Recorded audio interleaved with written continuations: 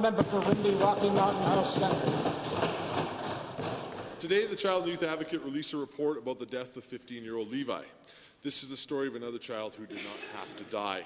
His mother stated many times that she could not take care of him. Levi himself asked to move to a safe home. In his home, there was drinking, domestic violence, and unexplained gaps in his child intervention file. To the Minister of Children's Services, you say we need to do better, but how are we supposed to believe your ministry is taking this seriously when we keep hearing tragic stories like this one day after day? Deputy Premier. I want to thank the Office of the Children and Youth Advocate for sharing these stories. I think it's important for us to hear them and have an opportunity to learn and be able to move forward. I know all members of this House feel for this young man and for his family, and he faced unspeakable hardship and pain in his life, and it's tragic and in need of support. And it's clear that the former Ministry of Human Services did not do everything possible to support this young man.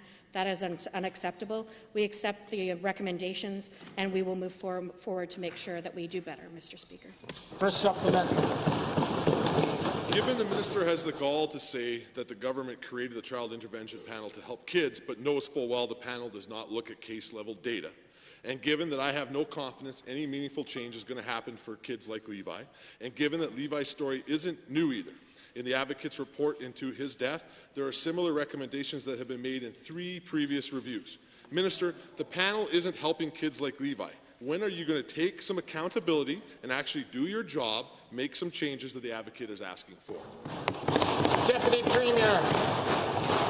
Thank you very much, Mr. Speaker. And again, we fully accept these recommendations. We believe that they're important, and we look forward to working closely with the Advocate around implementation and further improvements. All young people should have their voices listened to and have access to the help that they need, Mr. Speaker. And when a young person asks for help, we need to do whatever we can to support them. However, it's clear that that did not happen for Levi. We expect that the committee is going to bring forward very good recommendations. We'll be able to act on them, and that life will get better for young people. It needs to, Mr. Speaker. Second supplementary.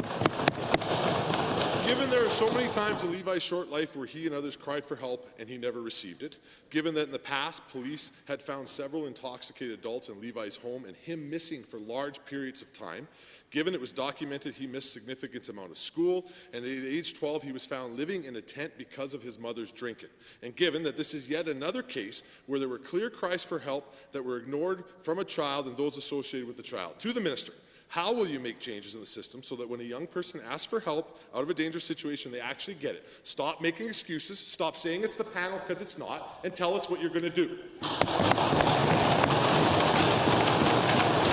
The Honourable Deputy Premier.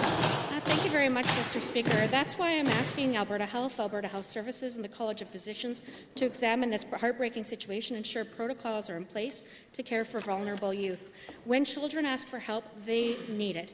And Levi deserved better, Mr. Speaker. That's why we created a ministerial panel to take a very serious look at child intervention systems and make recommendations for improvement. It's clear that significant changes must be made, and we await the panel's recommendations. We hope that they are supportive, and we look forward to moving quickly to make changes for Albertans' children and youth, Mr. Speaker.